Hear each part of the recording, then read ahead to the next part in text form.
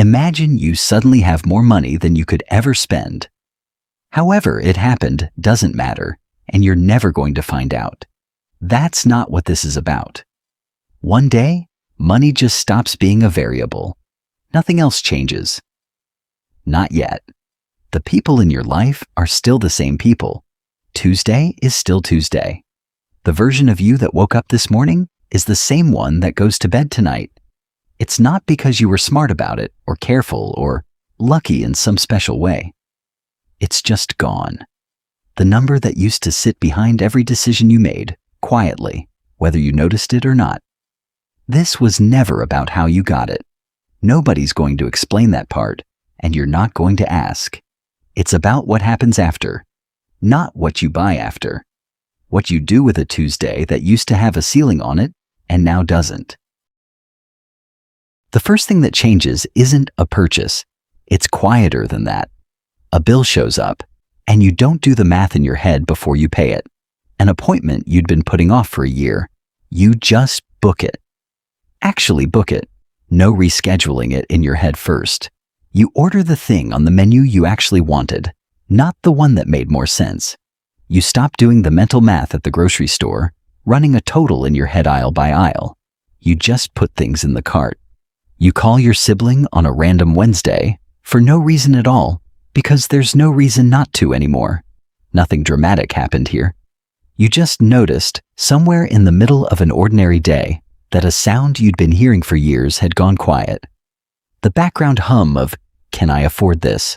gone, and you almost missed it going. So it keeps going. More time with the people you already wanted more time with. Not new people. The same ones.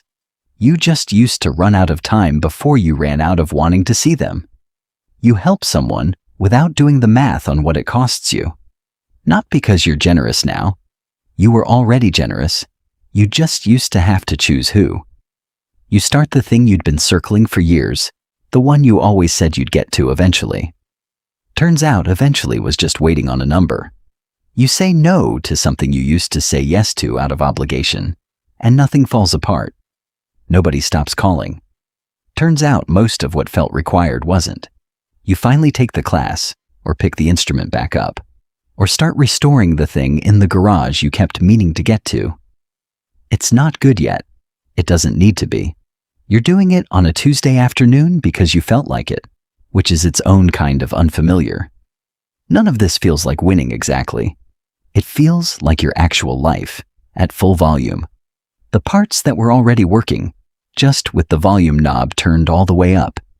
This is the version of the fantasy nobody has to talk you into. You already know what it feels like, in miniature, every time something goes right for you now. This is just what it looks like with nothing left standing in the way. Somewhere else, none of this happens the same way. Same number. Same sudden, unexplained goneness of the thing that used to hold everything back. And it doesn't touch it. Whatever was actually wrong is still exactly where it was, just with better lighting.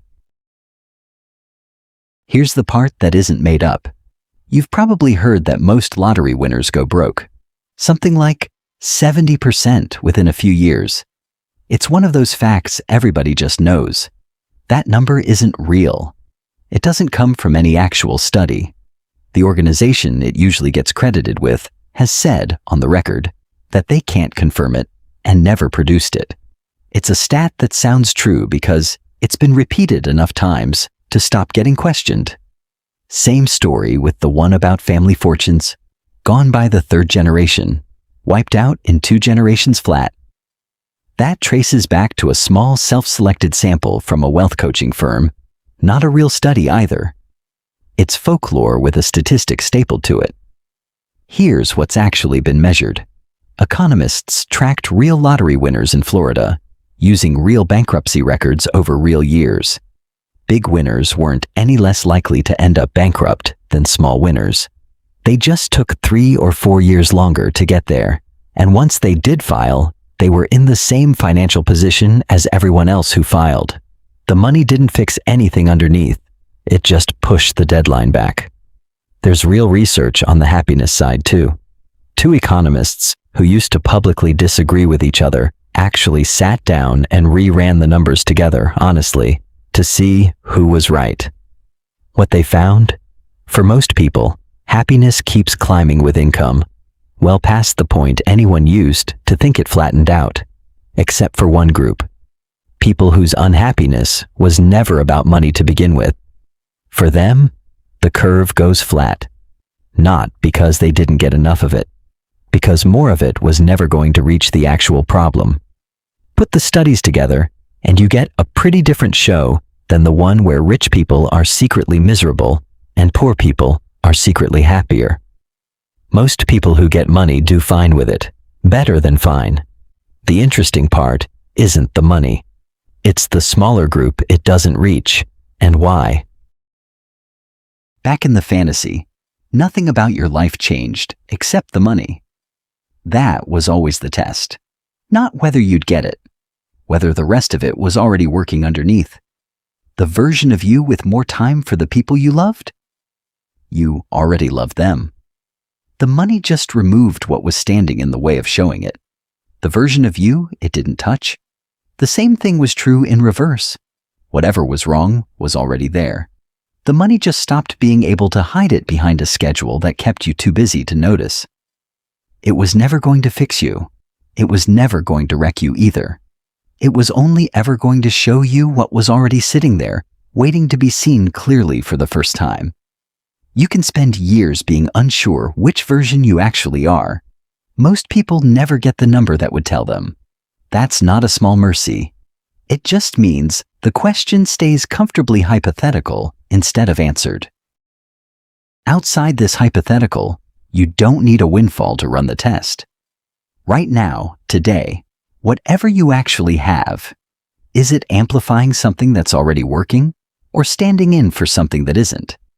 That's not really a hypothetical question. It's just one nobody usually asks you directly, because it's easier to blame the number than to look past it.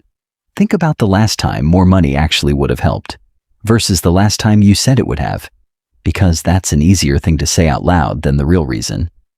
You don't need to get rich to find out which one you are. You just need to stop assuming the money would be the thing that decided it, one way or the other. So, if it happened tomorrow, no warning, no explanation, just gone, the number that used to hold everything back, which version of you shows up?